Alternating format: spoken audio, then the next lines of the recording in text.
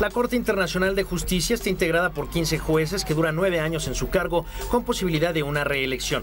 Para convertirse en juez de la Corte Internacional de Justicia es necesario contar con el apoyo mayoritario tanto de la Asamblea General como del Consejo de Seguridad de la ONU. Y de manera similar a lo que ocurre con este último órgano, entre los 15 jueces de la Corte tienen que estar representados los países miembros permanentes del Consejo de Seguridad de la Organización de las Naciones Unidas.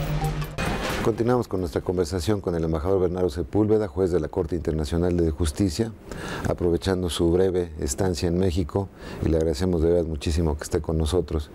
Yo quisiera preguntarle, porque sí salta, que estos tres grandes países como son Rusia, China y los Estados Unidos no acepten la jurisdicción de la Corte, pero por otro lado tengan jueces en la Corte Internacional de Justicia.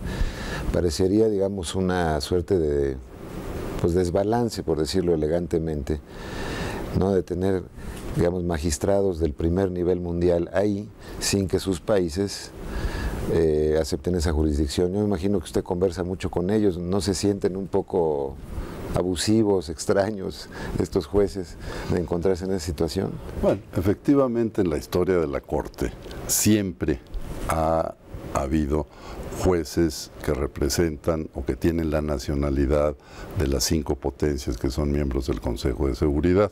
No ha habido una sola excepción. Yo lo que sí diría es que al menos en algunos casos hay un sentido de responsabilidad importante. Por ejemplo, en la experiencia de estos últimos años, el juez estadounidense Burgenthal ha demostrado una clara independencia con respecto a su país. Es un juez que ya no está con nosotros, por cierto, ya se retiró. ¿Duran cuántos años, perdón, los periodos de los jueces? 9 años con posibilidad de reelección. Okay. Sí. ¿Él ya cumplió sus primeros 9 o los 18 completos? No completó su segundo periodo, por razones de distinta índole, pero realizó contribuciones muy importantes, y una muy importante tiene que ver con la forma en que votó en aquellas circunstancias en que Estados Unidos era parte en el conflicto. En 3 oportunidades votó en contra de Estados Unidos. Interesante. Y eso habla de su independencia, de la independencia, de la imparcialidad, de la obligación que tenemos todos de actuar con toda objetividad, sin cargar los dados en ningún sentido. Pero desde luego sí diría yo que como principio general debería de existir, digamos, una mayor diversificación en lo que hace a la composición de la Corte, dando oportunidad a otros estados y no automáticamente teniendo a los 5 miembros del Consejo de Seguridad, pero se tienen que aceptar realidades del poder. Lo cierto es que resultaría muy difícil por múltiples razones que estuvieran ausentes esos 5 jueces. ¿Y reproduce de alguna manera el esquema del Consejo de Seguridad? Lo reproduce, pero como comentábamos previamente, a esos derechos implícitos debería de existir una responsabilidad correlativa. Y desde luego que la forma de elección de los jueces es bien distinta a la representación en el Consejo de Seguridad, porque en este caso son elegidos por los méritos propios de los jueces, además de la representación geográfica que usted comentaba. Lo que quiero decir es que no es un empleado del gobierno mexicano o norteamericano o ruso un juez, está por otra serie de calificaciones, a diferencia de la delegación de tal país en el Consejo de Seguridad, que sí es la representación directa del Estado. Y con la obligación de parte del juez de actuar con entera imparcialidad, neutralidad, objetividad, independencia absoluta. Querría decir esto, que ahora que se discute tan intensamente el tema de la reforma del Consejo de Seguridad, si hubiese una reforma en el Consejo, pudiera haber un coletazo para la Corte, es decir, si se amplía, digamos, de 15 a 20 miembros en el Consejo, ¿pudiera darse el caso de que en la Corte pasara algo parecido?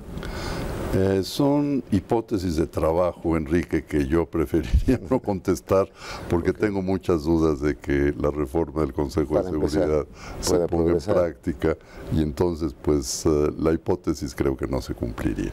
Lo que sí es cada vez que hay una presión mayor de algunos países como los 4, ¿no? La India, Brasil, Japón y Alemania, que tienen aspiraciones de entrar como miembros permanentes, igual pensarían que en automático deberían tener también un juez en la Corte, pero como bien dice usted, son hipótesis que...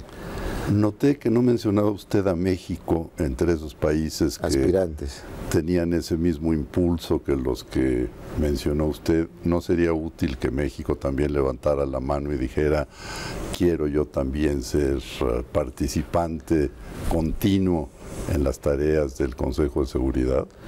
Pues sí, ya por lo menos nos quitamos un poco tantos años de abandono, ¿no? Y ya finalmente, ¿qué son? En los últimos 10 años hemos entrado 2 veces después de tantos años de estar ausentes, ¿no? Ojalá ya sea una práctica consistente hacia el futuro. Ojalá que sí. Embajador, una cuestión que se presta confusión continuamente tiene que ver con la Corte Internacional de Justicia en La Haya, este es órgano de las Naciones Unidas, y la Corte Penal Internacional. ¿Hay alguna vinculación entre ambas cortes, en una división del trabajo? ¿Cuáles son las distinciones principales entre una y otra? Yo creo que un fenómeno muy importante, Enrique, que se está produciendo en los últimos quizá 20 años, es una multiplicación de las instituciones judiciales y arbitrales dedicadas a resolver conflictos internacionales. Y esto es algo que debemos festejar, porque representa una contribución a un orden jurídico mundial que es absolutamente esencial. Le diría yo que en lo que hace a la Corte Internacional de Justicia tiene características propias. Es una institución universal, como ya lo señalé, es una institución que juzga todo tipo de conflictos internacionales y es una corte que únicamente conoce litigios entre estados. En contraste, la Corte Penal Internacional tiene una jurisdicción mucho más limitada. La Corte Penal Internacional juzga únicamente individuos, no estados, y juzga crímenes graves, como puede ser genocidio, crímenes de guerra, crímenes de lesa humanidad. En adición a ello, o sea, si han arrestado a Osama Bin Laden en lugar de asesinarlo y lo mandan a algún tipo de tribunal, hubiera ido a parar a la Corte Penal, no con ustedes. En principio sucedería así, habría que conocer los rasgos distintivos de cada cuestión, pero en principio la Corte Penal Internacional podría, y lo califico, tener jurisdicción si acaso Arabia Saudita, que es la nacionalidad de Bin Laden, ha aceptado la jurisdicción de la Corte Penal Internacional. O sea, solamente los nacionales de aquellos países que hayan aceptado la jurisdicción de la Corte Penal pueden ser juzgados por la Corte Penal. Salvo en aquellos casos en que el Consejo de Seguridad determine que esa persona puede ser juzgada, pero es una situación política mucho más complicada.